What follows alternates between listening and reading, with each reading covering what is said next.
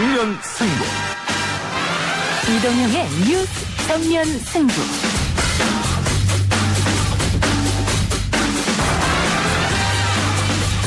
청취자 여러분 안녕하십니까, 이동형입니다. 사상 초유의 법무부 장관의 검찰총장 직무 배제 명령 후폭풍이 거세게 일고 있습니다. 검찰총장이 검찰총장으로서의 직무를 수행하는 것이 더 이상 용납될 수 없다고 판단하여 징계를 청구하고 직무 집행 정지를 명령하였습니다. 추미애 장관의 윤석열 총장 직무 배제 맞대결로 봐야 할지 아니면 개혁까지 실현으로 봐야 할지 일부 변상욱의 눈으로 바라보겠습니다. 법무부는 윤 총장에 대한 향후 절차를 엄정하고 신속하게 진행해 주기 바랍니다. 윤 총장은 검찰의 미래를 위해서 스스로 처치를 결정해 주기 바랍니다. 추미애 장관의 사유 같지 않은 이런 행태, 폭도도 문제지만은 뒤에서 묵인하고 즐기고 있는 문재인 대통령이 훨씬 더 문제입니다. 윤석열 검찰총장이 잘못된 게 뭐가 있습니까? 여야의 반응은 예상대로 극명하게 갈렸습니다. 여당은 윤 총장의 거취를 압박했고 야당은 뒤에서 묵인하는 대통령이 더 문제라고 날을 세웠는데요. 1부에서는 더불어민주당 송영길 의원과 함께 여당 입장 들어보고요. 이어지는 2부에서는 국민의힘 윤영석 의원과 함께 야당 입장 들어보겠습니다. 더 이루고 싶은 것 정말 솔직하게 말씀드리자면 그래미인 것 같고요. 저희는 이제 팀이다 보니까 사실 그룹 관련된 상을 받으면 너무나도 좋겠다라는 그런 꿈은 항상 가지고 있었던 것 같아요. 그룹 방탄소년단이 미국 음반업계 최고 권위를 자랑하는 그래미 시상식 후보에 올랐습니다. 그래미에 대한 꿈을 밝혀왔던 방탄소년단 후보 선정 의미와 수상 가능성에 대해 강일권 대중음악평론가와 함께 3부에서 이야기 나눠보고요. 어제 있었던 한국 시리즈 6차전에서 NC 다이노스가 승리하며 창단 첫 우승을 차지했죠. 이 소식을 유쾌한 두 남자 김기혁, 최영진 아나운서와 함께 스포츠 측면 승부 시간에서 짚어봅니다. 11월 25일 수요일 이동훈 승부 시작하겠습니다.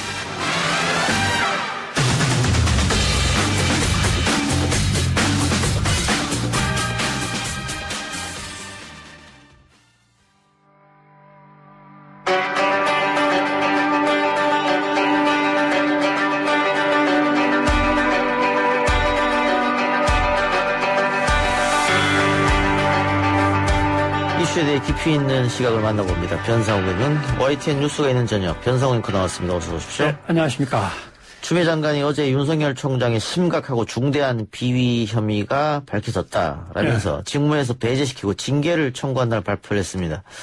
이 발표가 나니까 여야가 또 각을 세우고 있고 보수 언론은 추 장관을 비판하고 있고 검찰 내부에서도 어쨌든 시끄러운 상황인데 어떻게 보십니까?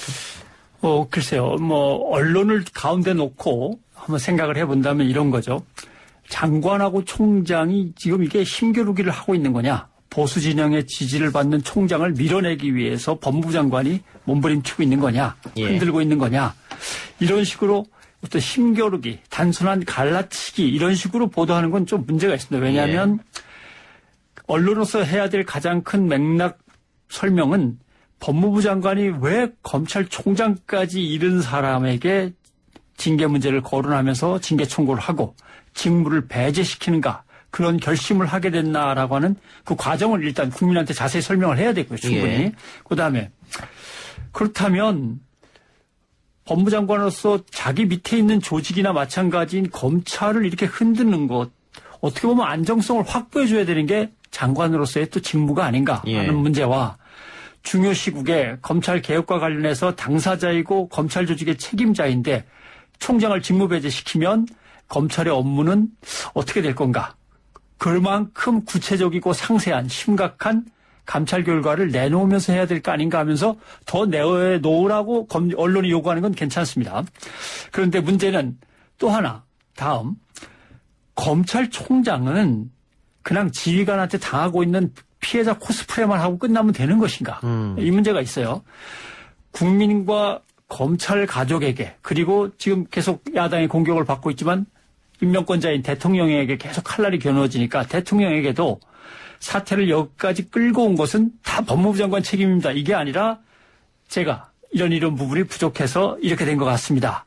그리고 법과 원칙에 따라 성실하게 진실되게 사실관계를 밝히고 조치를 하겠다든가 이런 얘기가 검찰총장 입에서도 나와야 되고 그걸 요구하는 게 언론의 태도여야 되고 아마 이럴 것 같은데 아무튼 이 이슈는 검찰 개혁과도 관련이 되어서 아주 광범위하고 맥락을 살피는 접근이 필요합니다.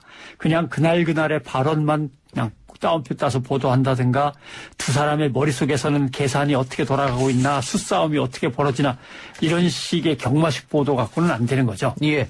근데 지금 이 사태에 있어서 언론을 빼고 이야기할 수 없는 게 추미애 장관이 윤석열 총장에 문제가 있다라고 한 8가지를 언급을 했었는데 예. 거기에 언론이 등장해요. 결국은 언론 플레이 한 거 아니냐 대검에서 그렇죠. 이거거든요. 그 중에 하나가 보면 가장 크게 문제가 되는 게 판사들을 사찰한 내용입니다. 네. 물론 대검에서는 일상적으로 하던 것이지 사찰은 아니다라고 얘기하고 있습니다만 판사의 개인정보를 활용한 것들이고 뭐 취미, 가족관계 또 우리법 연구회에 들어가 있냐 안 들어가 있냐 이런 것도 다 봤다는 거잖아요. 네. 근데 묘하게도 이 대검에서 이런 자료를 만들었을 그쯤에 우리 언론이 조국 가족비리 재판장 진보 성향 우리법 연구회 출신이라는 기사를 쏟아냈단 말이죠. 예. 한두 건이 아닙니다. 예. 여러 건으로서 지금 막 100여 건 이상의 그런 얘기가 나오는데 뭐 또 당시 야당에서도 진보 성향 판사가 이런 식으로 이게 그러면 과연 우연이었겠냐? 예. 이 보고서를 만들 때 언론에서 이런 보도가 왜 동시에 나왔느냐? 그러면 그렇죠. 대검에서 소위 말하는 언론 플레이 하기 위해서 언론에 던져준 거 아니냐? 예. 이런 의심도 할 수 있단 말이죠.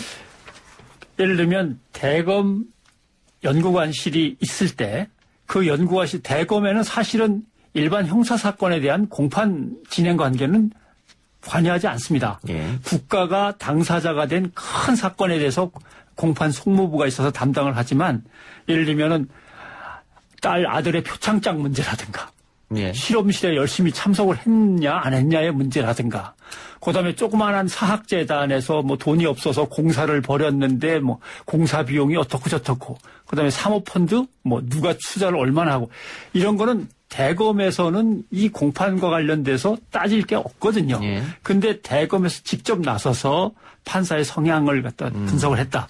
판사 성향 분석인데 주요한 요건은 2개입니다. 우리법 연구회 회원이었냐 아니었냐. 그다음에 블랙리스트에 들어갔던 적이 있느냐 없느냐 이런 것들이 이제 거론이 됐죠. 예. 이것의 공통점은 어떻게 보면 한 가지입니다. 사법개혁에 어떤 의지를 갖고 있는 판사냐. 네. 확 뒤집어가지고 그동안의 기득권을 다 내려놓게 해야 된다 이런 생각을 갖고 있는 거냐 아니면 옛날 좋았던 시절 그대로 가져가고 싶어하는 판사냐 뭐 이런 거를 구분하는 것이 지금 가장 이슈란 말이죠. 그다음에 판사들한테 불이익을 주기 위해서 작성한 게 절대 아니다라고 예. 이제 해명을 합니다. 당사자는 만든 사람은. 그리고 검사는 판사들에게 불이익을 줄 그런 지위에 놓여 있지도 않다. 판사 앞에 서면 검사는 약자다 오히려 이런 식으로 얘기를 하는데 그렇지 않은 게 검찰이 판사의 성향을 문제 삼으면서 논란을 불러일으키고 또 그걸로 언론 플레이를 한다면 예. 판사는 정기적으로 인사가 있습니다. 판사 인사 때 사법부에서는 논란이 계속 벌어지는 저 판사는 그럼 이번 기회에 바꿔주는 게 낫겠어. 이렇게 해서 한 사람은 바뀌었죠. 정경심 재판이 바뀌었죠. 예, 그게 바뀌었습니다. 그 공판검사들이랑 판사가 계속 부닥치고 하다 보니까 바뀌어버렸거든요. 네. 그 다음에 보면 제가 제목을 한번 뽑아봤는데 기억 다 나실 겁니다. 정경심 공소장 변경 기각을 시켜버린 송인권 판사. 그하고 옆에 뭐라고 돼 있냐면 북한 찬양한 옥중서신 좌파 인사를 무죄로 만들었던 사람이다. 이게 결국 좌파 판사란 얘기죠. 예. 이게 뉴데일리 보도긴 합니다만은. 그 다음에 단독 보도. 조국의 가족비리 재판을 맡은 재판장은 진보 성향의 우리법 연구회 출신. 예. 조국 가족비리 재판하는 김미리 판사 우리법 연구회 출신. 이런 게 있고요. 그러면 그거야 정치적으로 갈라진 사람들끼리 싸운 거지. 검찰은 그런 거에 끼어들어서 싸우지 않았습니다라고 하지만 제가 제목을 읽어볼게요. 뉴시스 1월 5일 보도 제목입니다. 정경심 공판을 앞두고 긴장감. 법원과 검찰 3차 충돌 하나. 3차 충돌이라는 얘기는 1차, 2차 벌써 충돌했다는 예. 얘기죠. 네. 조국 동생 1심 재판 시종일관 불공정했던 그 판사, 검찰, 김미리 부장판사 착심하고 비판. 조선비지의 11월 24일 보도입니다.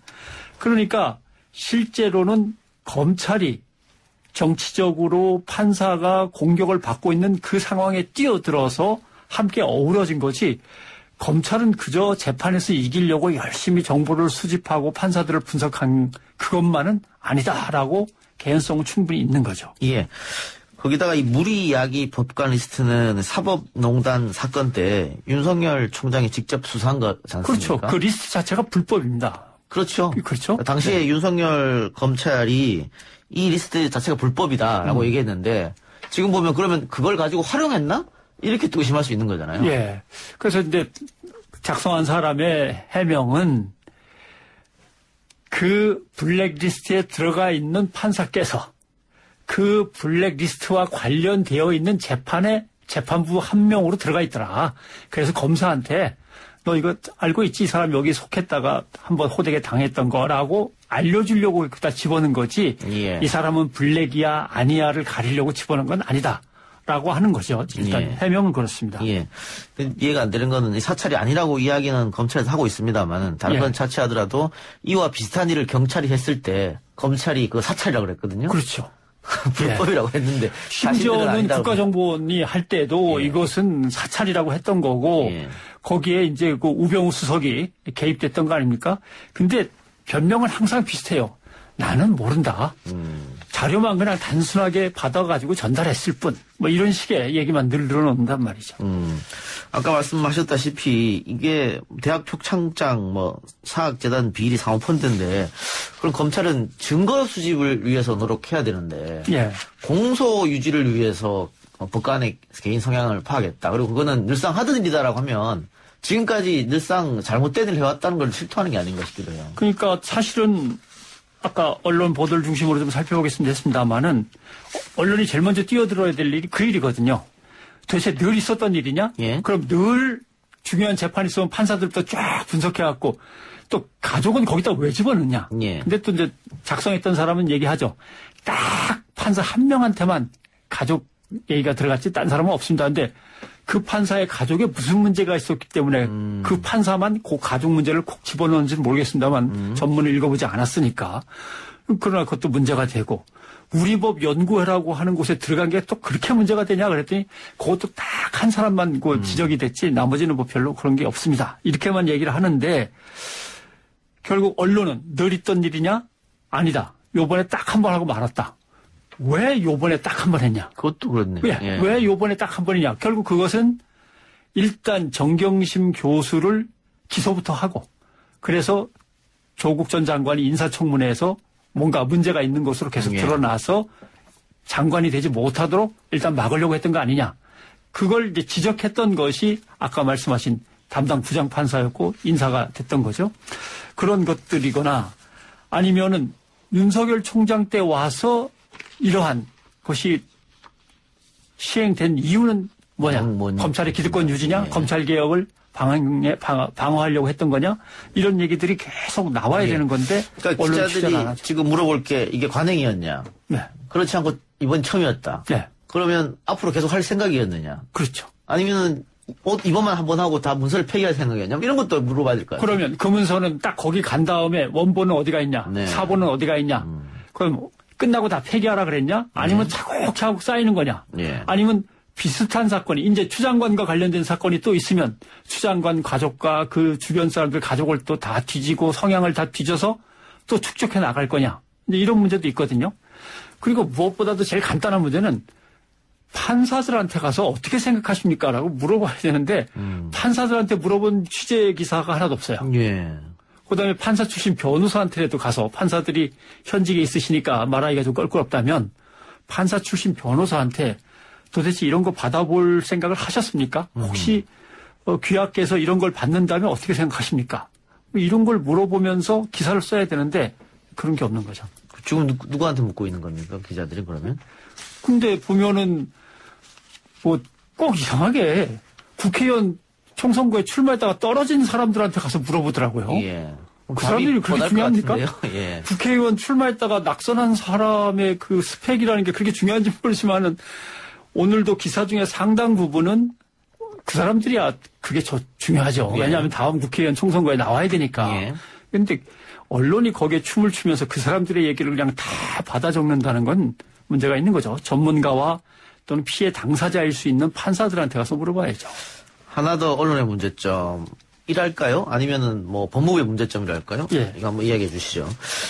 그 긴급 브리핑 6시로 예정돼 있었는데 예. 40분 전인 5시 20분에 기자단에 법조 기자단에 통보가 됐습니다. 예. 그랬더니 우리는 이거 받아들일 수가 없다. 왜 퇴근 시간 다 됐는데 40분 전에 통보를 하느냐. 그래서 처음에 기자들이 보이콧하겠다고 했습니다.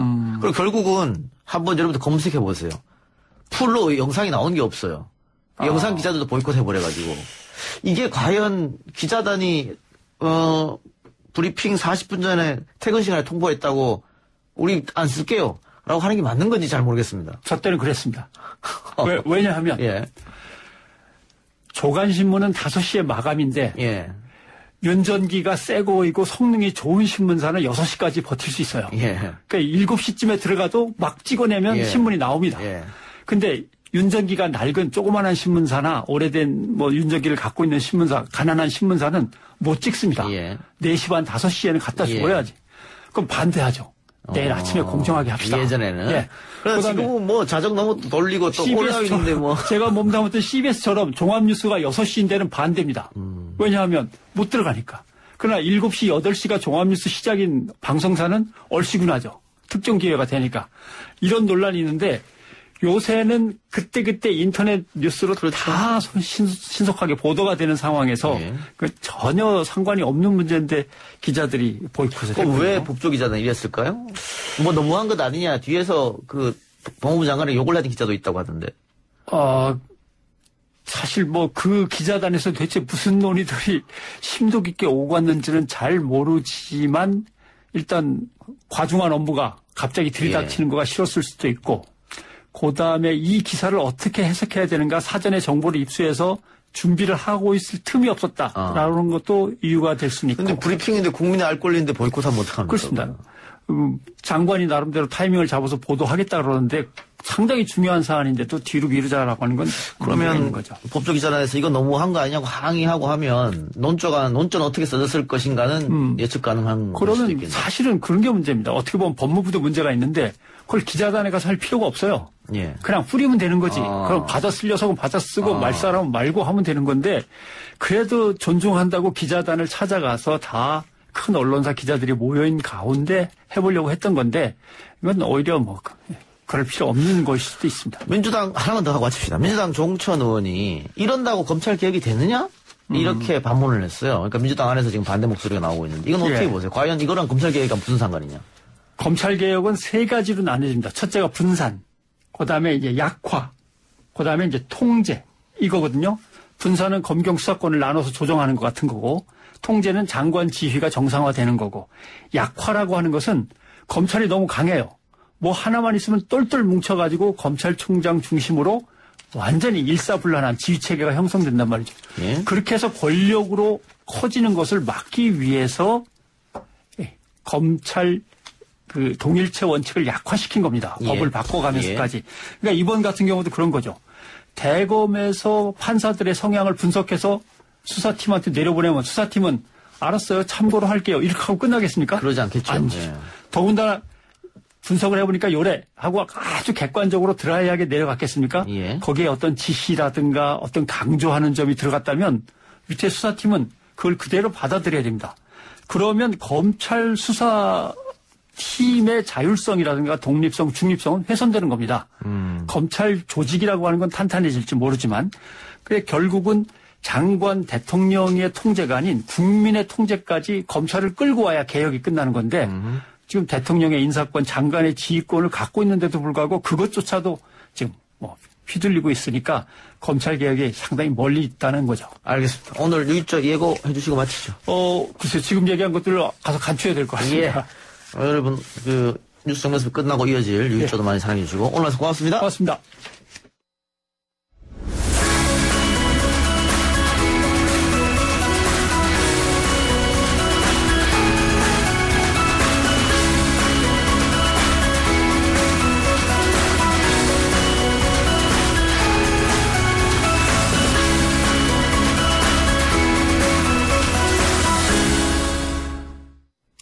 현직 검찰총장에 대한 직무 배제는 헌정사상 처음 있는 일인데요. 정치권은 여야 반응 극명히 갈리고 있습니다.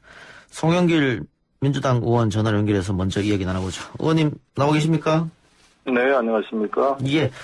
원래 그 인터뷰하기로 했던 것은 그 한반도 TF 방미단장 자격으로 미국 다녀오셔서 그 얘기를 좀 여쭙고 싶었는데 오늘 뭐 긴급 현안이 있어서 일단 이거부터 질문 좀 드리죠. 그 추미애 장관 또 윤석열 총장 계속해서 대립구도 왔다가 결국은 어제 직무가 배제됐습니다. 추미애 장관은 여러 가지 비사실 확인했다 이렇게 얘기했고 야당은 즉각 반발하고 있는데 어떻게 보셨습니까? 일단은 사실 코로나 때문에 힘든 상황에 이런 상황이 연출된 것 자체가 참 안타깝게 생각하고 예.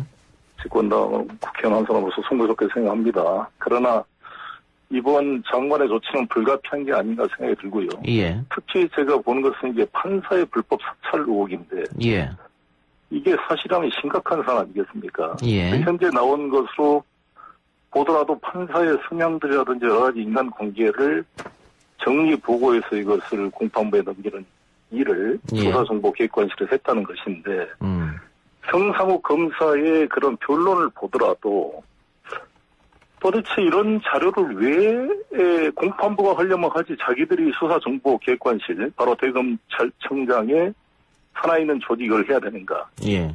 그는 제주지법의 정창국 부장판사의 주장처럼 공소 유지에 필요한 증거를 가지고 법률 주장을 가지고 유죄 판결을 받아야지 판사의 무의식과 생활습관 성향을 이용해서 유죄 판결을 받으려고 했다는 것이냐 이렇게 반론하고 있습니다. 예.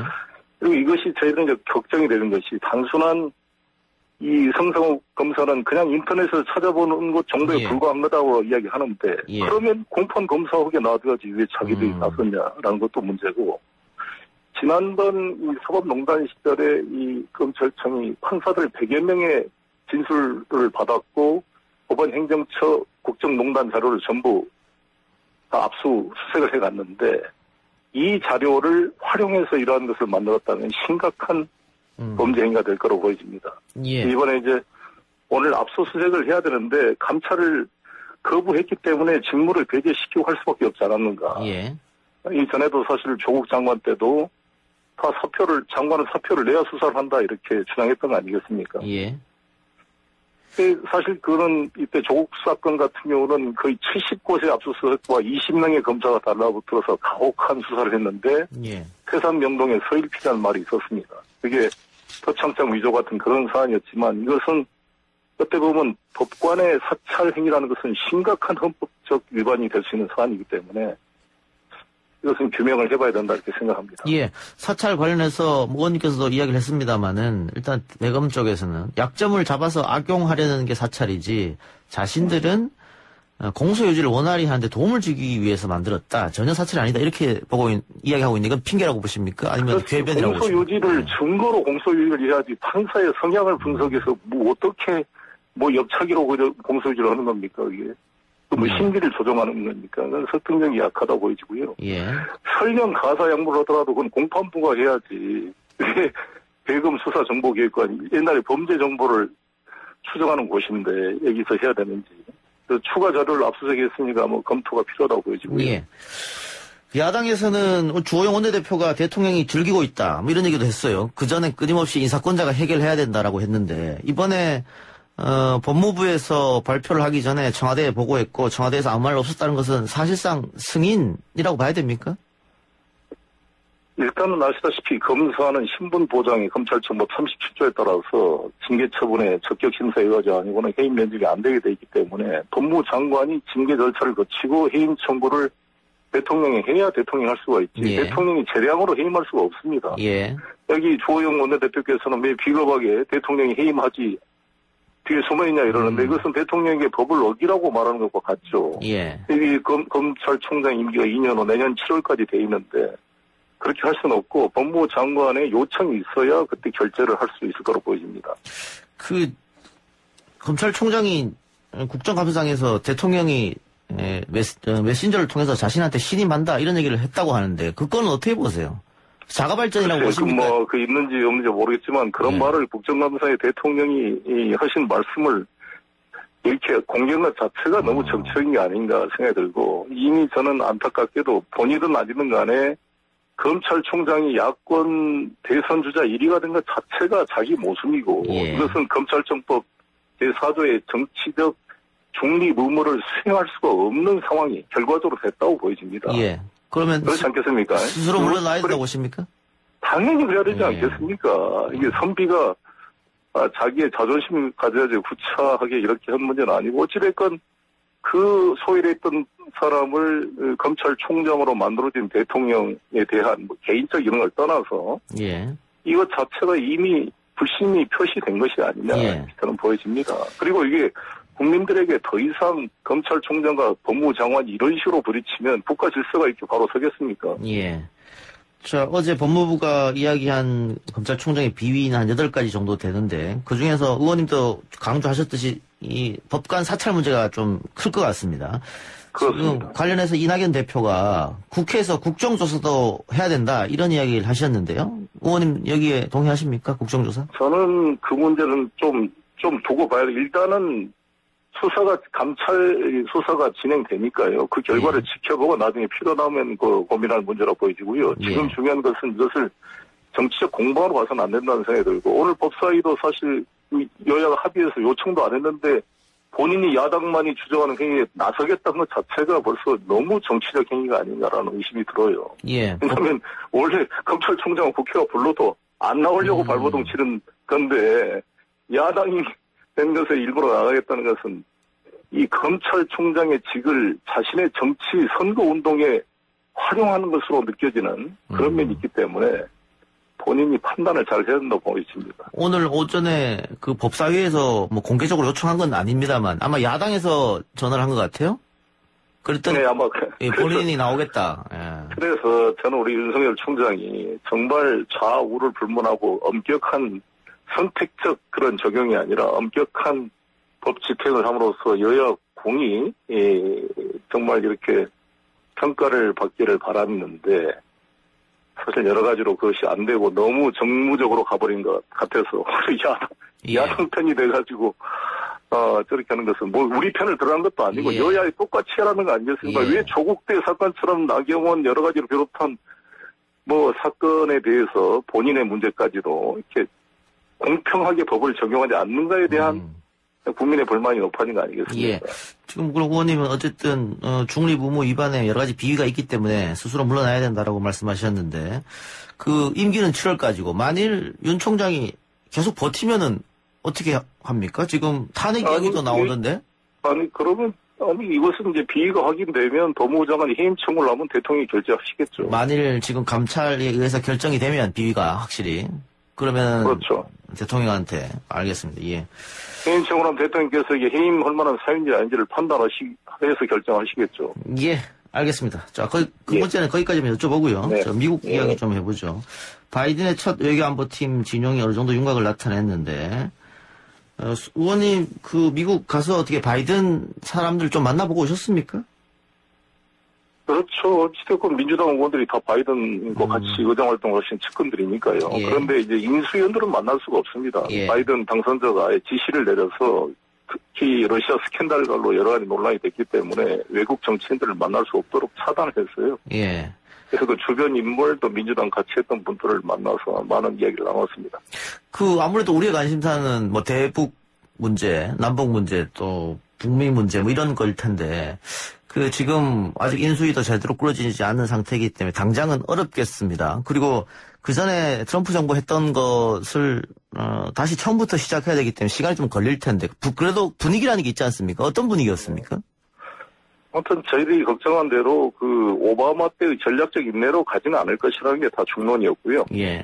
이제 긍정적인 것은 트럼프 대통령 때 했던 방위비 분담 문제나 주한미군 뭐 철수 압박 같은 그러한 형태는 해결될 것이다. 라는 그런 공감대가 있었고요. 한미동맹의 중요성을 같이 확인하는 큰 면이 있었습니다. 그리고 파리 기후협약 복귀를 통해 우리 문재인 대통령이 주장하는 2050년 탄소 중립 사회 추진과 또 코로나 문제에 상호 협력할 수 있는 면이 있다고 보여지고, 대북 문제는 저희가 비건을 만났는데, 비건은 사실 국무부 부장관으로 폼페이오 장관보다 더 중요한 분이라고 봅니다. 왜냐하면 이분은 정치인 출신은 아니었고 어찌됐건 좀 전문가로 인정을 받고 있고 초당적으로 이 신뢰성 있는 인물로 평가받고 있습니다. 특히 민주당에서도 아주 존중을 받는 인물이라서 이분의 노하우, 직접 김정은을 만나 했던 대북 협상의 과정이 충실하게 인수위팀으로 전달되는 게 중요한데 저희가 비건 부장을 만나 1시간 20분 동안 아주 집중적인 이야기를 나눴습니다. 큰 도움이 될 것 같고요. 또 커트 캠벨을 만나 했던 이야기들도 중요했다고 보는데 어찌됐건 이제 1월 20일 날 바이든 행정부 출범식이 있는데 그 전에 아마 김정은 위원장이 신년사가 있을 것입니다. 예. 그 신년사와 1월 20일 날 취임사 속에 상호 좀 긍정적인 시그널이 왔다 갔다 해야 발전이 있을 텐데 서로 적대적인 언어가 왔다 갔다 하게 되면 아주 이게 모양이 안 좋기 때문에 어떻게 이 기간 동안 인수위 기간 동안에 상호 신뢰를 만들어서 이 문제를 풀어갈 수 있을 것이냐가 중요한데 예. 블링컨이 이제 그 이란 핵합의를 주도했던 분 아니겠습니까? 예. 그래서 저는 이란 핵합의를 잘 보면 행동 대 행동으로 풀어갈 수 있는 가능성이 실마리가 열릴 수 있다 이렇게 생각합니다. 예. 또 하나 그 미국 새 정부가 들어서면 이제 당연히 대중 정책을 어떻게 할 것이냐 이것도 우리의 관심거리인데요. 왕이 외교부장이 한국에 왔고 뭐 코로나 상황이 안정되면 시진핑 주석도 한국 방문한다 이런 얘기가 들리고 있습니다. 의원님도 뭐 중국 통이니까 더 잘 아실 텐데 우리가 혹시 중간에 끼지는 않겠느냐 이런 걱정을 많이 하시더라고요. 오히려 트럼프 대통령 때보다 더 열릴 수 있는 공간이 있다고 보여집니다. 예. 바이든 행정부는 대중국 정책을 현재까지 알려주기로 세 가지로 나눠서 중층적으로 대응한다. 첫 번째, 기술 경제 분야, 첨단 기술 분야는 서로 치열하게 경쟁하겠다. 그리고 인권 침해나 뭐 홍콩 민주화 문제, 남중국해 문제에 대해서는 정확하게 대립해서 싸울 건 싸우겠다. 그다음에 북핵 문제, 기후변화 문제, 이 팬데믹 코로나 문제는 서로 협력하겠다. 이런 세 가지 방향을 기본으로 가지고 있다고 보여집니다. 그래서 특히 이제 이란 핵합의도 복귀되고 기후변화 협약도 복귀되기 때문에 저는 협력할 부분이 많이 있다고 보기 때문에 예. 이 과정에서 우리 공간을 찾을 수 있다 이렇게 생각합니다. 알겠습니다. 그러면 뭐 트럼프 때보다 우리의 어떤 메시지라든가 이런 게 더 통한다고 보겠습니까? 우리가 들어갈 국면이 더 넓어진다고 봐야 되겠습니까? 저는 미국을 할 때마다 느끼는 게 미국 사람들이 우리보다 우리나라 문제를 모릅니다. 우리가 가장 잘합니다. 통역 없이 북한과 소통할 수 있는 나라가 우리 대한민국입니다. 예. 대한민국 대통령과 대한민국 국회의원, 정부가 미국 관리들과 국회의원들을 설득하고 끌고 나간다는 자주적 자세를 가지고 예. 진지하게 노력하면 나는 미국을 설득할 수 있다 이렇게 생각합니다. 알겠습니다. 의원님 오늘 말씀 여기까지 듣겠습니다. 네, 감사합니다. 네, 지금까지 더불어민주당 송영길 의원이었습니다. 1부 순서 마치고요. 2부 국민의힘 윤영석 의원 인터뷰로 돌아옵니다.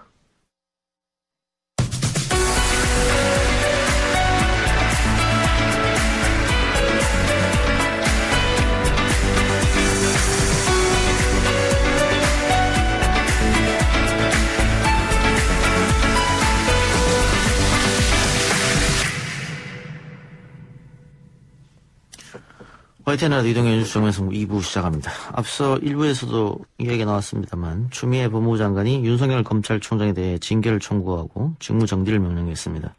국민의힘은 추미애 장관에 대한 국정조사 또 문재인 대통령의 입장 표명을 요구하고 있는데요. 입장 들어봅니다. 국민의힘 윤영석 의원 전화 연결합니다. 의원님 나와 계십니까? 예, 안녕하세요. 예, 안녕하십니까? 네, 반갑습니다. 예, 직무배제 조치 어떻게 보셨습니까? 한마디로 추미애 법무장관이 굉장히 무리수를 둔 거죠. 예. 그래서 이제 정말 그 헌정 질서를 파괴하는 것이고, 법치주의에 도전하는 그런 정치적 폭거라고 할 수밖에 없습니다. 예. 정말 이건 믿기지 않는 그런, 기하학스러운 조치고요. 지금 이러한 그 직무배제 조치라는 것이 헌정사상의 초유의 사태 아닙니까? 예.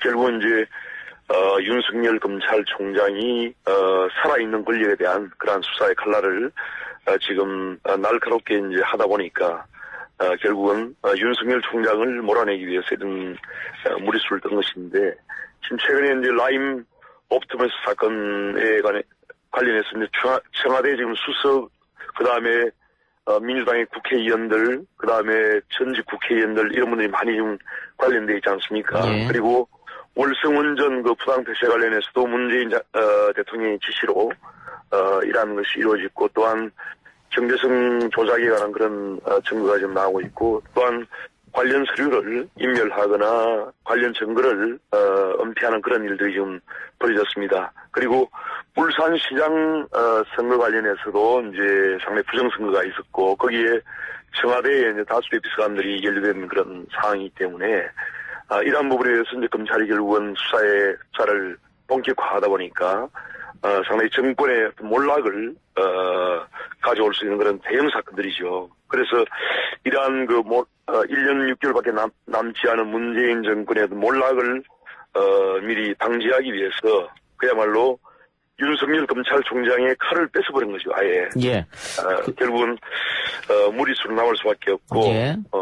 결국은 상당히 저는 이 문재인 정부의 이러한 국민적인 신뢰를 잃는 그런 오점으로 남을 것이라고 생각합니다. 그럼 의원님 생각은 이 문재인 정권에서 윤석열 총장이 정권에 대한 수사를 하니까 이거를 그렇죠. 덮으려고 이런 일을 벌였다.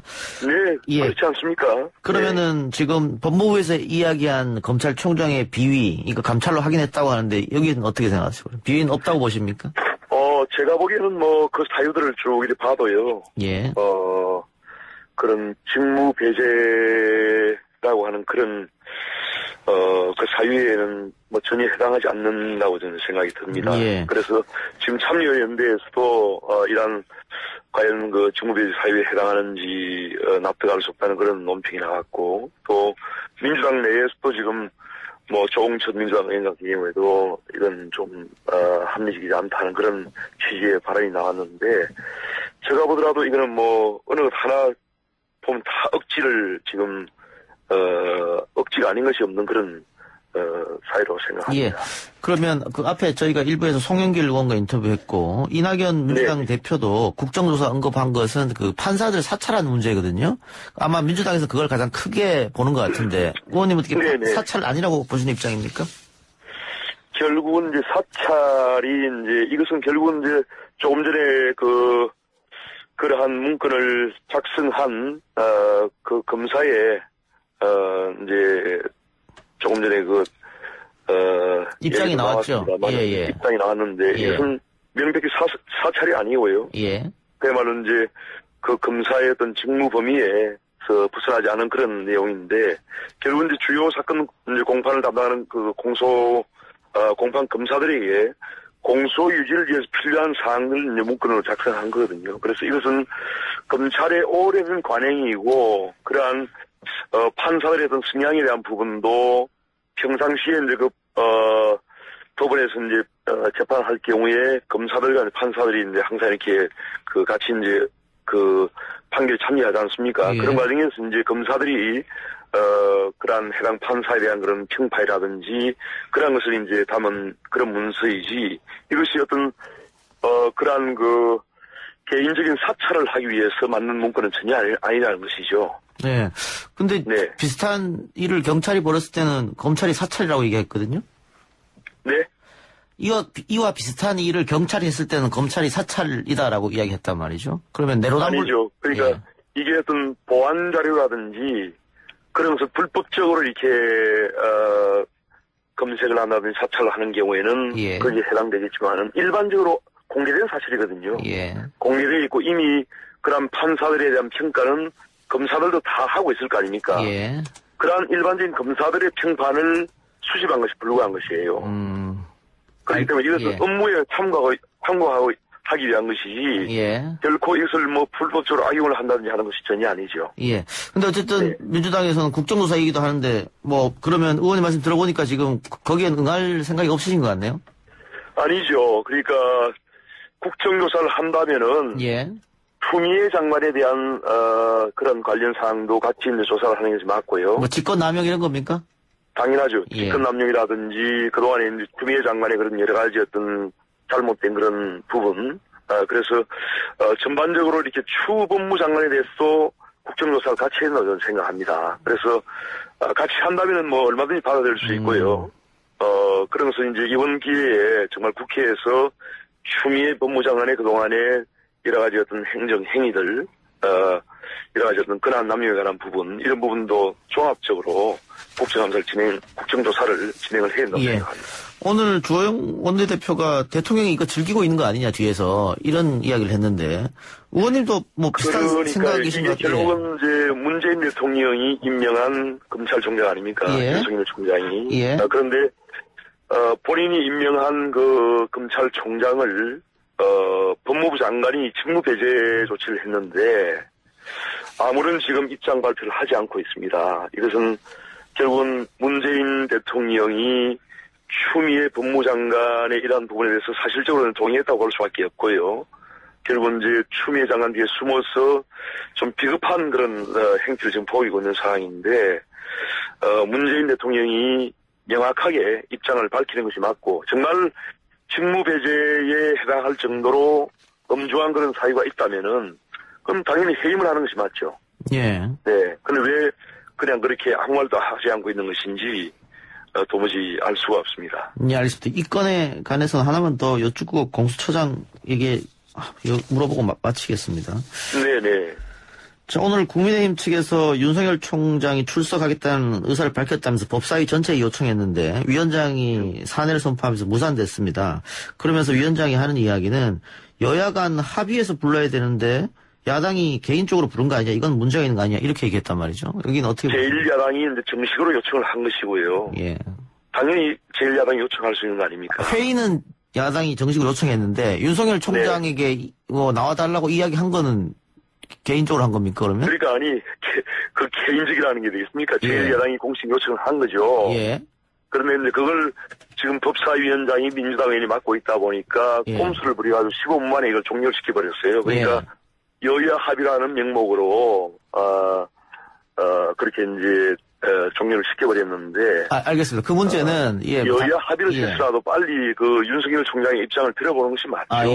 그 당연히 그 야당에서는 그렇게 말할 수 있는데 제가 여쭤보는 거는 법사위원회 명의로 출석을 요청한 게 아니지 않습니까? 그러면 누가 요청했다는 겁니까? 제1야당이 당연히 요청을 할 수 있죠. 다만 이제 현실적으로 민주당이 합의를 안 해주면은 현실화되기는 어렵겠죠, 그것이. 그래서 이제 지금 법사위원장이 여야 합의라고 하는 그런 핑계를 대는 것이지 여야 해줄 그런 의사가 지금 전혀 없지 않습니까? 민주당에서는.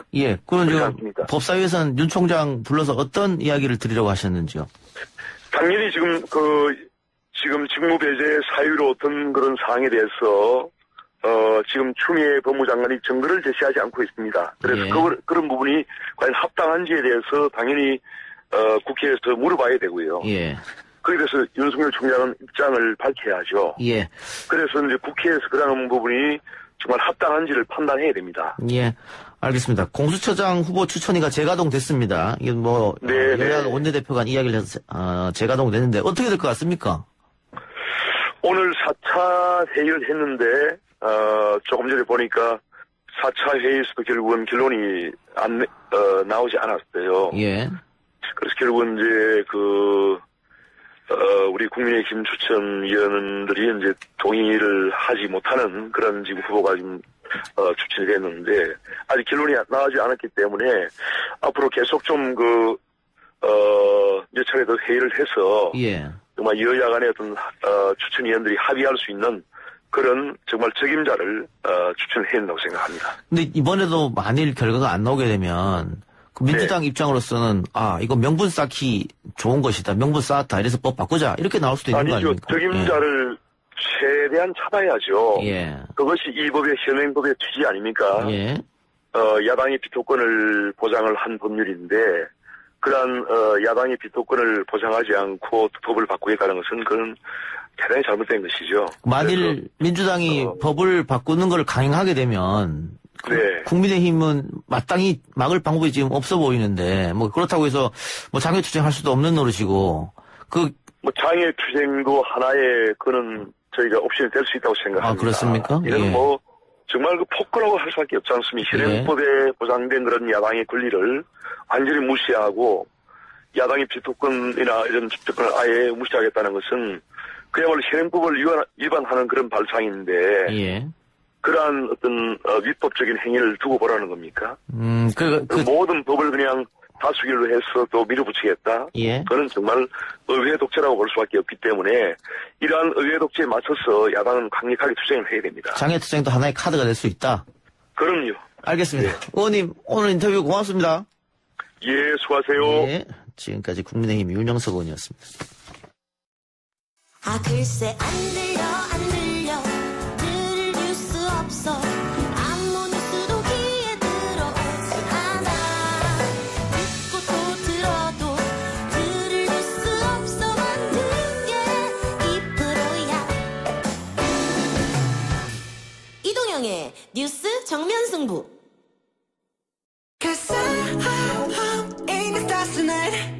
So watch me bring the fire, set the night light. Shoes on, get up in the morning, cup of milk. 그룹 방탄소년단이 미국 음반업계 최고 권위를 자랑하는 그래미 시상식 후보에 올랐습니다. 한국 대중음악 최초로 그래미상 후보에 오른 건데요. 그 의미와 수상 가능성에 대해 전문가 연결해서 들어보겠습니다. 강일권 대중음악평론가입니다. 편집장이 나와 계십니까? 네, 안녕하세요. 예. 강일권입니다. 자, 일단 방탄소년단이 그래미 후보로 올랐다던데 어떤 부분에 올랐습니까? 베스트 팝 듀오 그룹 퍼포먼스 부분 후보에 올랐습니다. 아, 부분이 많은가 보죠? 굉장히 세분화되어 있고요. 예. 그 여러 분야 중에 이제 한 분야죠. 예, 함께 오른 후보는 누군가요? 뭐 제이벌빈, 두아리파, 그리고 뭐 레이디 가가 아리아나 그랜데, 그리고 뭐 이런 저스틴 비버, 굉장히 쟁쟁한 아티스트들이 같이 후보군에 있죠. 수상 가능성이 있을까요? 일단 이 부분이 사실은 전통적으로 원래 딱 우리가 그룹이라고 하는 팀들이 많이 올랐었어요. 근데 2000년대 후반쯤 되면서 이제 솔로 아티스트들이 대세가 되면서 사실 후보군을 보시면 정식 그룹은 BTS 혼자거든요. 예. 그래서 아마 테일러 스위프트나 레이디 가가가 굉장히 큰 좀 후보긴 한데 예. 조심스레 점쳐볼 수 있지 않을까 싶은 생각은 있습니다. 예. 네. 뭐 지난번에 기생충이 국제영화제상을 휩쓸어가지고 네. 쾌거였다 이렇게 얘기했는데 그래미 상은 어느 정도 권위가 있다 이렇게 봐야 될까요?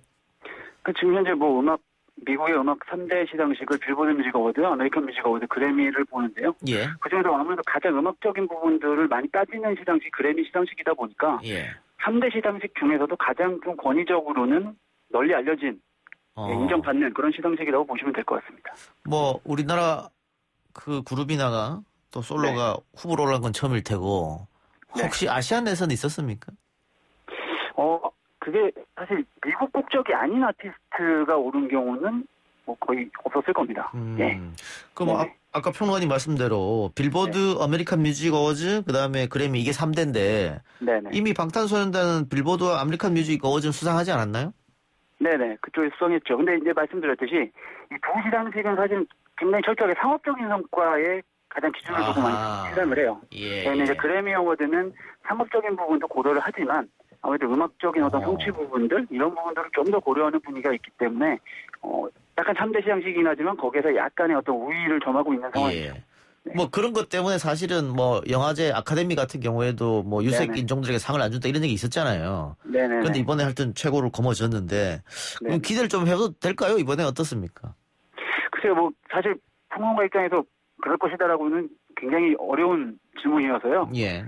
기대는 하지만 사실 후보에 오른 것만으로도 굉장히 큰 어쨌든 한 획을 그은 상황이거든요. 그렇기 때문에 수상을 점치기는 사실은 조금 어려운 부분은 있긴 합니다. 예, 뭐 수상을 하지 못한다고 하더라도 지금까지 낸 성과만으로도 대단하다 할 수 있겠는데. 후보에 오른 것만으로도 대단하죠. 예. 방탄소년단이 아시아, 남미, 유럽을 넘어서 그 팝의 본고장이라 할 수 있는 미국에서까지 이렇게 큰 인기를 얻고 열풍을 얻고 있는 이유는 어디에 있다고 보세요? 사실 그 부분을 많이들 말씀들을 쏟아내고 있는데 사실 그 부분은 아직까지도 많이 미스테리로 있습니다. 그러니까 여러 가지 뭐 원인들이 있을 거예요. K-pop 그 BTS 음악이 다른 팝 음악에서 볼 수 없는 여러 가지 어떤 숨겨진 의미라든지 팬덤이 있는데 사실 선지 매체도 그렇고요. 궁극적으로 왜 인기가 있는지를 정확하게 분석한 것은 없습니다. 다들 추측일 뿐이고요. 한 가지 제가 말씀드리고 싶은 건 BTS가 인기가 많은 건 사실인데 사실 현지인들에게까지 인기를 얻는 것은 아직은 좀 남겨진 과제입니다. 그게 왜 그러냐면 에어플레이 차트가 있거든요. 미국에는 빌보드. 근데 이 에어플레이 차트가 사실 현지인들의 인기를 가장 체감할 수 있는 부분이에요. 근데 이 부분에서는 사실 아직은 약간 화력이 약한 게 사실입니다. 그래서 그런 부분에까지도 조금 된다면 좀 더 이제 완전체 인기가 되겠죠. 알겠습니다. 평론가님 오늘 말씀 고맙습니다. 네, 고맙습니다. 지금까지 강일권 대중음악 평론가였습니다.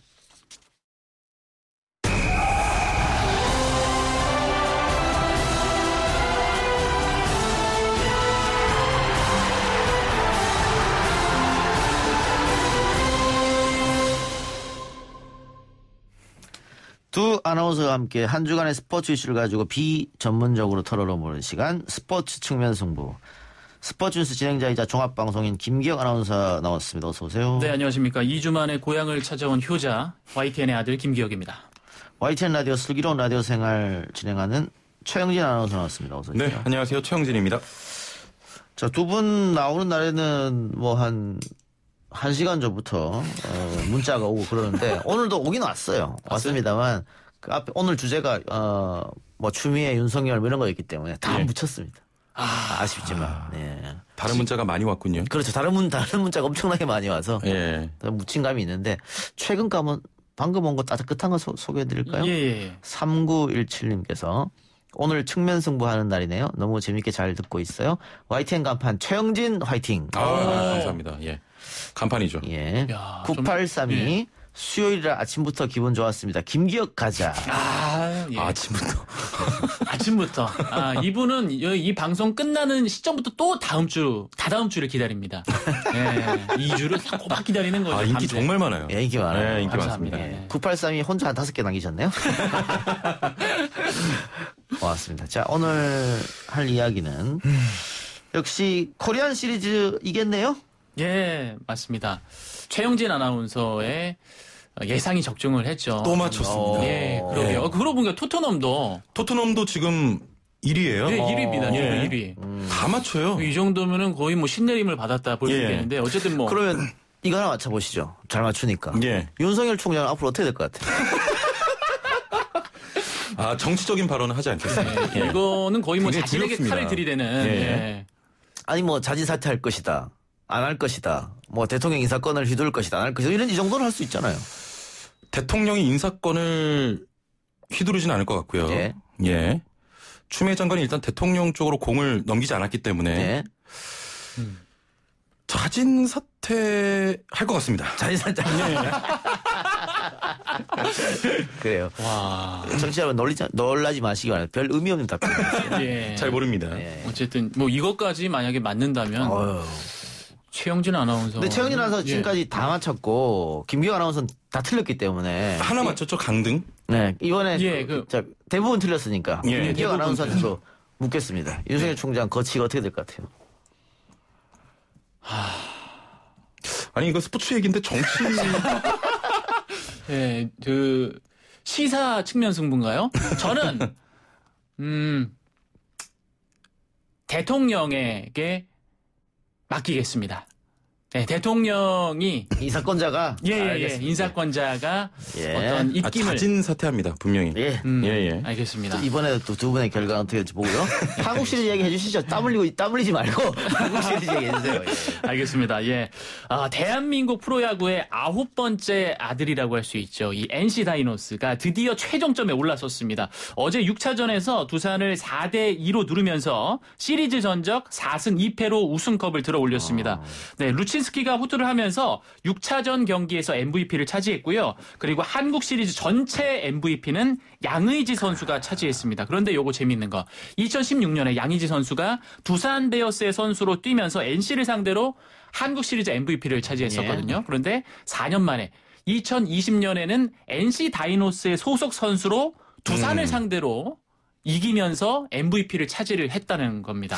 양의지를 얻는 자 천하를 얻을 것이다. 뭐 이런 겁니까? 거의 그렇죠. 최고의 포수인데다가 잘 쳐요.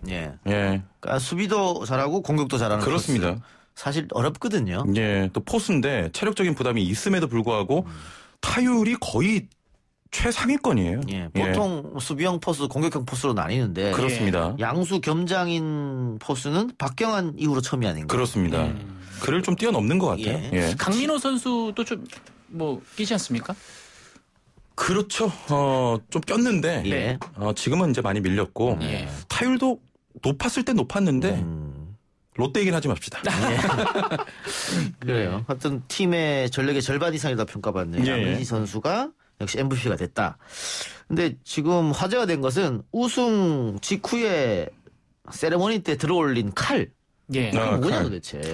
요 칼의 이름이 집행검이라고 하는데요. 집행검. NC 다이노스의 모 기업이 NC 소프트입니다. 이 NC 소프트가 게임 회사예요. 이 게임 회사에서 밀고 있는 리니지라는 게임 시리즈가 있습니다. 지금의 NC를 만든 게임이죠? 맞습니다. 우승까지 뭐 견인한 NC 소프트인데 이 리니지라는 게임 속에 진명황의 집행검이라는 그 아이템이 있어요. 삼총사의 상징인 3개의 검을 모티브로 만들어졌고 강함과 승리를 나타낸다고 하는데 이 게임 속의 검을 가져와서 실제로 우승을 하면서 들어올린 거죠. 그러니까 김택진 대표가 뭐 특별하게 만들었다고 해요. 예. 네. 이게 지금 뭐 국내에서뿐만이 아니고요. 해외에서도 엄청난 지금 화제가 되고 있습니다. 한국은 우승하면 칼을 준다 이런 네, 외신들의 반응인데 실제로 MLB.com이나 뭐 ESPN 등의 외신들도 관련 소식을 좀 전하기도 했죠. 뭐 처음에 그 팀이 만들어질 때 아까 뭐 9번째 아들이라고 했는데 무슨 게임 회사에서 돈 많이 들어가는 프로야구를 운영하냐 뭐 이렇게 했습니다만 뭐 자산이 3조가 넘어가요. 사실상 현금은 게임 회사가 가장 많다 뭐 이런 얘기가 있잖아요. 그 김택진 대표가 내 개인 재산만으로 야구단 100년 운영할 수 있다 이런 말도 했었잖아요. 네, 맞습니다. 요즘에 게임 회사를 무시하면 안 되는. 광고도 보면요. 거의 최정상의 연예인들을 섭외해서 하더라고요. 게임 회사가 좀 돈이 많이 되는 것 같습니다. 네. 온라인 게임에서 왜냐하면 그 아이템을 사기 위해서 이른바 현질을 많이 이용자들이 하기 때문에 굉장히 돈이 많이 된다라고 알고 있습니다. 예. 그런데 어쨌든 뭐 우승한 건 축하드리고 롯데 얘기는 하지 맙시다 그랬는데 롯데 얘기를 안 할 수가 없는 게 이 NC가 처음에 프로야구를 하겠다 9개 구단으로 얘기했을 때 롯데가 가장 반대를 했습니다. 그때가 2012년에 그 롯데 장병규 사장이었는데 2013년 NC 구단의 1군 합류를 굉장히 반대했어요. 그 이유는 뭐 저번에도 말씀드렸지만 KBO의 수준이 떨어질 것이다. 수준 떨어진다. 그러나 NC는 9년 만에 했다. 통합 우승을 했고 정규리그 우승도 하고 한국 시리즈 우승도 하고. 예, 롯데는 못했습니다. 롯데는 30년이 지났지만 정규리그 우승은 한 번도 못했다. 그리고 2016년에 NC와 롯데 전적이 1승 15패예요. 1승 15패. 예, 롯데는 그런 말 한 게 좀 부끄럽습니다. 롯데 이야기 혹시 좀 추가로 말씀드려도 되겠습니까? 한국 시리즈 우승이 2회인데 84년이랑 92년입니다. 그런데 정규리그 우승은 한 번도 못했어요. 그러니까요. 그래서 제가 롯데 우승이라고 인터넷에 쳐보니까 누군가 글을 올렸습니다. 92년이 마지막 우승인데 롯데는 언제쯤 우승할 수 있을까요? 거기 밑에 답변이 92년도에 제 딸아이가 돌이었습니다. 올해 손자가 돌입니다. 증손주 보기 전엔 가능할지 확신이 없어요. 라는 답변이 있었고 또 어떤 분은 이 다른 분은 좀 뭐 미래를 보는 그 예지력이 좀 있으신 분인가 봐요. 2112년 현재 롯데는 120년 동안 우승을 못했습니다. 참고 바랍니다. 예, 이렇게 글을 남겼더라고요. 그래요. 하여튼 함부로 이야기해서는 안 된다는 교훈을 또. 그러니까요. 뭐 KBO 수준이 저하될 것이다라고 해놓고 지금 9년 만에 통합 우승했고 롯데는 아직도 못하고 있습니다. 근데 이번 한국 시리즈 특징이 그 고척 스카이돔 중립구장에서 처음부터 끝까지 열렸잖아요. 이게 이유가 있습니까? 추위죠, 추위.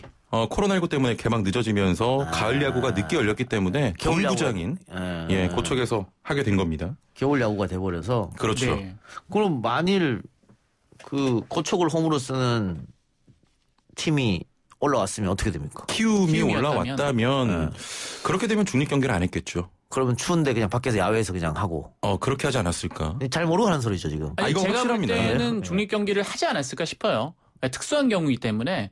왜냐면 거의 이제 겨울 야구란 말이죠. 이렇게 추운 날씨에 경기를 하게 되면 선수들의 부상이라든지. 도움은 우리나라에 하나밖에 없는데. 예, 경기력이 떨어지기 때문에. 어디 가서 합니까 그럼? 그 키움이 올라오면. 예, 올라갔더라도. 만약 올라갔으면 중립구장으로 도움을 썼겠죠. 그렇게 안 합니다.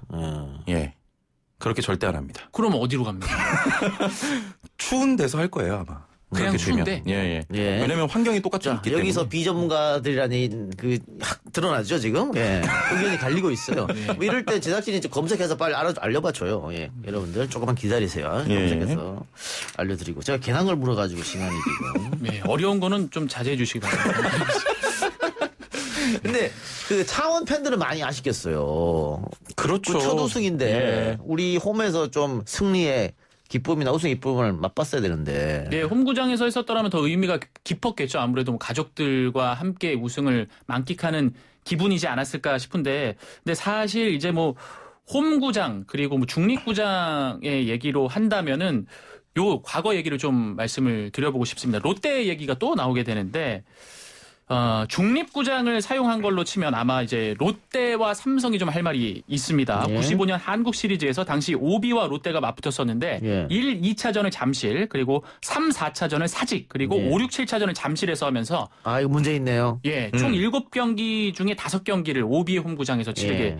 됐었죠. 그래서 당시에 5차전 이후에 이제 중립구장을 사용해서 서울에서 잠실에서 한 건데 요것 때문에 중립구장 사용이 좀 문제가 있는 거 아니냐라는 말이 나왔었고. 근데 그때는 말이 중립구장이지. 예. 마지막 5, 6, 7차전은 잠실에서 하면서 KBO가 더 많은 돈을 벌어들이기 위한 그렇죠. 큰 수도권에서 경기장 하기 하면서 때문에. 예. 그랬었는데 그때 이후로 그 팬들의 반발이 상당히 심했습니다. 특히 2001년에도 삼성과 두산 한국 시리즈에 맞붙었는데 1, 2차전은 대구에서 하고 3차전부터 줄곧 두산 홈인 잠실에서 했거든요. 예. 그렇죠. 결국 두산이 우승을 했어요. 예. 이렇게 되면 서울 구장으로 쓰는 사람들 계속 유리하게 그렇죠. 되니까. 그런 논란이 있었기 때문에 2016년에 완전히 폐지가 됐습니다. 예. 이거 뭐 폐지가 당연한 거고. 예, 예. 제작진에서 문자가 왔습니다. 예. 이미 전에 결정이 났기 때문에 키움이 한국 시리즈 올라가도 그대로 고척에서 한다고 합니다. 아, 예. 그렇군요. 드디어 전문적인 발언을. 이런 거는 제가, 잘 맞추시네. 거의 뭐 처음으로 예. 맞췄죠. 네, 감사합니다. 아, 이전에 미리 확정이 됐군요. 그럼요. 예, 예. 이런 거는 짜놓고 가기 때문에 아. KBO 같은 경우에는 변경을 하지 않습니다. 예, 예. 어쨌든 뭐 그 메이저 같은 경우에는 경기 수를 줄였습니다. 코로나 때문에. 거의 네. 한 3분의 1, 4분의 1을 축소해서 월드 시리즈도 치르고 치렀는데 우리는 기존에 있던 일정을 다 소화하면서 그렇죠. 하다 보니까 한 달 정도 늦게 개막이 됐고 그러면 야구는 추울 때는 못 하는데 경기력에 상당히 문제가 있지 않습니까? 예를 들면 뭐 손이 얼고 이러면 포구한데도 문제가 있고 송구한데도 문제가 있고. 예, 맞습니다. 뭐 기온이 떨어지면 몸이 움츠러들고 근육도 이제 경직되기 마련이죠. 특히 야구처럼 그 순간순간의 활동량의 변화가 큰 종목 같은 경우에는 더욱더 부상에 취약한데 또 땅까지 기온이 얼기 때문에 이제 뭐 줄을 하면서 슬라이딩을 하거나 태클 또 수비를 하면서 이렇게 몸을 던지는 동작을 했을 때 부상을 입을 확률이 크고요. 또 투수 같은 경우에는 얘기를 들어보니까 그 공을 이제 어떻게 잡고 뿌릴 때 이 손끝의 감각이 굉장히 중요하다고 해요. 예. 이 손끝에 실밥이 어떻게 걸리는지 뭐 채는지 미는지 이 감각으로 공을 던지기 때문에 기온이 떨어지면 감각도 떨어지잖아요. 그래서 투수들이 투구를 할 때도 좀 문제가 있다라는 말이 있더라고요. 그래요. 그 최영진 아나운서는 배구 선수 출신 아니에요? 아니요, 전 농구입니다. 농구입니까? 네, 네. 농구입니다. 따뜻한 곳에서 하잖아요, 농구는. 그렇죠. 농구, 배구 다 따뜻한 곳에서 하죠. 예. 야외에서 잘 안 하니까. 근데 그 아마추어들은 겨울에 야외에서 할 때도 있잖아요. 아, 그럼요. 그러면 부상의 위험도 커지는 거죠, 추운 데서 하면. 아, 크죠. 왜냐면 손이 얼기 때문에 그런 게 있어요. 공을 드리블을 하거나 뭐 리바운드를 할 때 손가락에 맞으면 그게 오래 가요. 아, 진짜 아프죠. 아, 진짜 아파요. 한겨울에. 아무래도 겨울에 하게 되면 부상 위험이 높죠. 예, 예. 그나마 동구장이 하나 있기 때문에 다행이네요. 동구장이 없었다면은 뭐 어쩔 수 없는데 추운 곳에서 했었어야죠. 뭐. 예. 제가 아까 전에 그 말을 잘못하면서 네, 사과 한번 하시죠. 네. 제가 잘 모르고 막 던진 것에 대해 죄송하고 돔구장 얘기는 여기까지만 좀 해주시면 좋겠습니다. 3562님께서 예. 늘 슬라 듣는 애청자입니다. 늘 슬라생. 슬라고요. 예. 늘 슬기로운 라디오 생활? 그렇죠. 슬기로운 라디오 생활. 슬라생. 동형님, YTN 찐아들 형진 아나운서 너무 미워하지 마시길 이렇게 했는데 잘 모르고 저렇게 말하기 때문에 미워할 수밖에 없어요. 또 회식을 안 갔기 때문에 예, 미운털이 바뀌었습니다. 회식은 무조건. 예. 알겠습니다. 자, 아까 우리가 롯데가 우승을 못한다고 했는데 LG도 오랫동안 우승을 못했습니다. 네. LG는 94년도가 마지막으로 제가 기억합니다. 94년, 26년 됐습니다. 롯데는 92가 마지막. 92. LG는 94가 마지막. 예, 맞습니다. 하나가 이제 99년. 네, 99년. 99가 마지막. 예, 마지막. 21년 전이죠. 20여 년 동안 우승을 못한 세 팀. 가장 빨리 우승을 하는 팀 어딜까 한번 이야기해볼까요? 일단은 92년이 마지막이었던 롯데가 우승할 확률. 예. 그 전에 제가 먼저 로또에 당첨이 될 것 같고요. 그리고 한화 99년에 마지막으로 우승을 했죠. 예. 한화가 우승할 확률은 제가 로또에 당첨되는 해입니다. 예. 그리고 가장 높은 확률 저는 LG라고 봅니다. 예. 최근에 포스트 시즌에 진출을 자주 했었기 때문에 상승 기류를 좀 타고 있다. 예, 이렇게 보고 LG가 세 팀 중에는 가장 가깝다. 예, 시리즈를 무조건 한다는 얘기는 아닙니다. 예, 세 팀 중에는 가장 가까이 있다라고 말씀을 드리고 싶습니다. 예. 이 질문은 정말 그 슬라생이 정면 승부 청취율을 언제쯤 뛰어넘냐 이 질문과 유사해요. 예. 못한다는 거잖아요, 그거. 이게 세 팀 중에서 그래도 LG가 가장 가깝다. 오랜만에 일치했네요. 왜냐하면 말씀하셨던 것처럼 포스트 시즌에 최근에 많이 올라갔고 네. 세대 교체가 비교적 잘 됐어요. LG가 투수 연건들이 많이 발굴이 됐고 또 프랜차이즈 스타죠. 류지현 감독이 부임을 했습니다. 아마 신바람 야구를 보여줄 수 있지 않을까. 우승한다는 얘기는 아니에요. 세 팀 중에 좀 가깝다. 예, 이렇게 좀 판단이 됩니다. 유중희 감독이 바뀌었어요? 바뀌었어요. 류지현 감독으로 부임을 했습니다. 예. 제가 볼 때는 어쨌든 이 세 팀보다는 죄송하지만 정말 KT가 먼저 한국 시리즈 우승을 할 확률이 높지 않을까. 10번째 구단? 예, 10번째 아들이죠. 프로야구에. 예. KT가 정말 생긴 지 얼마 안 됐거든요. 예, 이렇게 조심스럽게 좀 예상을 해봅니다. 예. 하나와 LG, 롯데는 그 팬들을 많이 보유하고 있는 팀 중에 하나들이지 않습니까? 예. KBO 입장에서는 이런 스타 구단들이 좋은 성적을 내주고 한국 시리즈 가지고 이렇게 해야 좀 그래야 돈도 벌고 흥행도 되고 하는데 롯데 좀 우승했으면 좋겠어요, 진짜. 왜 이렇게 못하는? 제가 로또에 먼저 당첨이 되고 그때 얘기를 다시 한번 나눠보도록 매년 희망을 거는데 예. 이게 상실감이 너무 큽니다, 지금 솔직히. 그래서 롯데 팬들은 그 잠깐 한 해만 다른 팀에 옮겨 탔다가 다시 롯데로 돌아가서 우승을 기다리는 게 조금 속 시원하지 않을까 좀 싶어요. 매회 롯데 팬들에게 정말 죄송합니다. 예. 알겠습니다. 스포츠 측면 승부 오늘 여기까지 하죠. 지금까지 김기혁, 최영진 아나운서였습니다. 고맙습니다. 감사합니다. 내일 이 시간 다시 돌아옵니다.